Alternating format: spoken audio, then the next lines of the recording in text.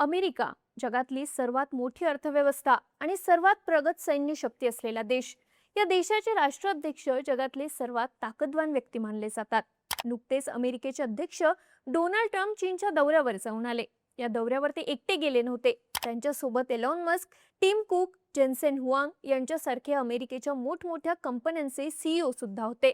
एकीकडे इराण आणि अमेरिकेत युद्ध सुरू असताना ट्रम्प यांनी चीनचा दौरा केला, कारण जगातल्या या सर्वात ताकदवान देशाला चीनची मदत हवी होती. चीननं अमेरिकन कंपन्यांना आपली दारं खुली करावीत अशी विनंती करण्यासाठी ट्रम्प चीनच्या दौऱ्यावर गेले होते. ट्रम्प यांचा हा दौरा आटोपला आणि 4च दिवसांनी आणखी एका मोठ्या देशाचे अध्यक्ष चीनच्या दौऱ्यावर गेले. त्यांनी सुद्धा चीनचे अध्यक्ष शी जिनपिंग यांची भेट घेतली. ट्रम्प यांच्यानंतर चीनच्या दौऱ्यावर आलेली ही ताकदवान व्यक्ती म्हणजे रशियाचे अध्यक्ष व्लादिमीर पुतीन.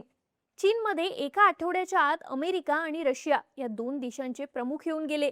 ही घटना खूप मोठी आहे.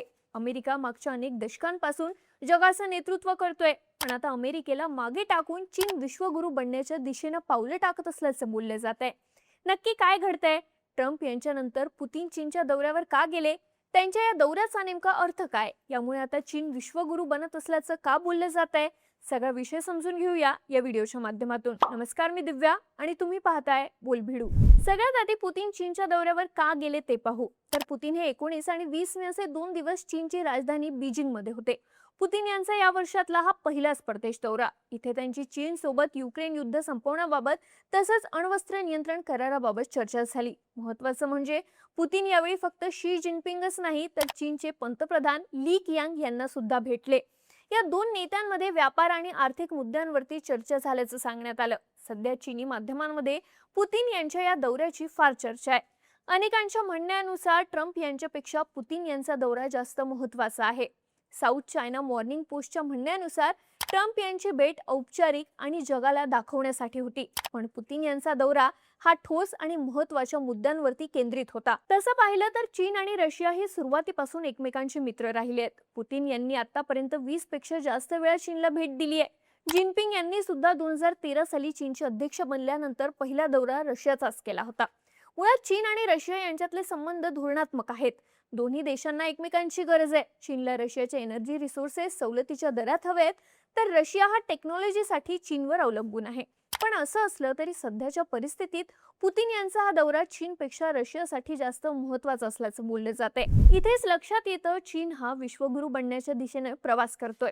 आता हे कसं ते समजून घेऊ. तर झालंय काय, इतक्या वर्षांपासून रशिया आणि चीन हे मित्र देश समान पातळीवरती मानले जायचे, पण रशिया युक्रेन युद्धापासून रशियाची स्थिती चीनच्या तुलनेत कमकुवत झाली आहे. युक्रेन युद्ध मागच्या 4 वर्षांपासून सुरू आहे, पण रशियाला अजूनही युक्रेनवर निर्णायक विजय मिळवता आलेला नाही. त्यामुळे आता पुतीन कदाचित युद्ध थांबवण्यासाठी चीनकडे लष्करी मदत मागत असावेत, अशा चर्चा सध्या सुरू आहेत. गेल्या आठवड्यात डोनाल्ड ट्रम्प इराण युद्धाच्या काळात चीनच्या दौऱ्यावर गेले. कारण स्पष्ट होतं, अमेरिकेला इराण सोबत डील करण्यासाठी चीनची मदत हवी आहे.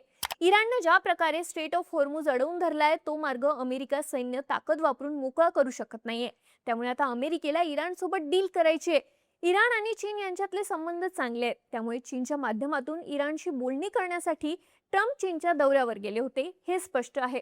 पण युद्धाच्या काळात अमेरिकेच्या अध्यक्षांनी अशा प्रकारे चीनमध्ये जाणं, याचा अर्थ अमेरिकेनं आता चीनला आपल्या बरोबरीचं मानलं असल्याचं अनेकांचं म्हणणं आहे. ट्रम्प यांच्या या दौऱ्याच्या वेळी सगळी सूत्र चीनकडे होती. सध्या परिस्थिती अशी आहे की चीनला अमेरिकेसोबत डील करायची असेल तर चीन ती डील आपल्या अटींवर करू शकतो. अमेरिका सध्या चीनवर आपल्या अटी लादण्याच्या स्थितीत नाहीये. हीच अवस्था पुतीन यांच्या रशियाचीही झाल्याचं दिसून येत आहे. युक्रेन युद्ध सुरू झाल्यापासून अमेरिकेसह पाश्चिमात्य देशांनी रशियावरती कठोर निर्बंध लादले. रशियाचं कच्चं तेल बॅन करण्यात आलं. रशियाकडे असलेला परकीय चलन साठाही फ्रीज करण्यात आला. अशा परिस्थितीत चीन हा असा देश होता जो रशियाची मदत करण्यासाठी पुढे आला. युक्रेन युद्धापासून चीन आणि रशिया यांच्यातला व्यापार वेगानं वाढलाय. चीनने रशियाकडून कच्च्या तेलाची, कोळशाची आणि गॅसची खरेदी वाढवली. तर सोबतच चीनने रशियाला वाहनं, इलेक्ट्रॉनिक वस्तू आणि इतर प्रमुख मालाची निर्यात करायला सुरुवात केली.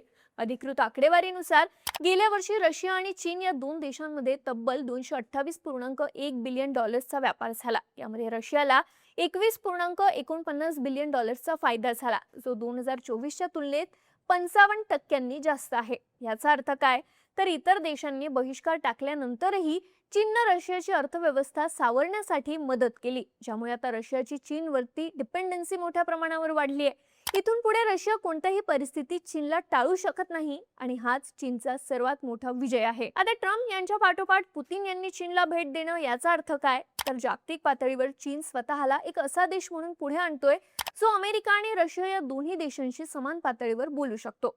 जगाची विभागणी दोन भागांमध्ये झाली असताना या दोन्ही बाजू चीनला टाळून पुढे जाऊ शकत नाहीत, हे चीनने इथे दाखवून दिलंय. चीनला हे दाखवायचं आहे की या युद्धाच्या परिस्थितीत तो एक न्यूट्रल सुपर पॉवर आहे. ट्रम्प आणि पुतीन यांनी एका आठवड्याच्या आत चीनचा दौरा केला. याद्वारे चीनने हे जाहीरपणे दाखवलंय की तो ना अमेरिकेकडून आहे ना रशियाकडून. उलट या दोन्ही देशांना आता चीनची गरज आहे. हे दोन्ही देश आता चीनला अजिबात टाळू शकत नाही. म्हणूनच चीन आता खऱ्या अर्थानं विश्वगुरू बनण्याच्या दिशेनं पावलं टाकत असल्याचं म्हटलं जात आहे. मुळात युक्रेन युद्धामुळे, रशियाच्या आणि इराण युद्धामुळे अमेरिकेच्या मर्यादा काय आहेत हे जगासमोर आलंय. रशिया 4 वर्ष प्रयत्न करूनही युक्रेनचा निर्णायक पराभव करू शकलेला नाही. तीच अवस्था इराणच्या बाबतीत अमेरिकेची होत आहे. पण या सगळ्यामध्ये चीन हा सर्वात मजबूत देश म्हणून पुढे आलाय. युद्धाच्या काळात चीननं स्वतःला न्यूट्रल सुपर पॉवर म्हणून प्रोजेक्ट केलं आणि आता ट्रम्प आणि पुतीन यांच्या लागोपाठ भेटीनंतर चीननं त्याची ही ताकद सगळ्या जगाला दाखवून दिली. तुम्हाला काय वाटतं, चीन आता खऱ्या अर्थानं विश्वगुरू बनण्याच्या दिशेनं पावलं टाकतोय का? याबाबतची तुमची मतं आणि प्रतिक्रिया आम्हाला कमेंट करून नक्की सांगा आणि माहितीपूर्ण व्हिडिओज पाहण्यासाठी बोलबिडूच्या YouTube चॅनलला सबस्क्राईब करायला विसरू नका.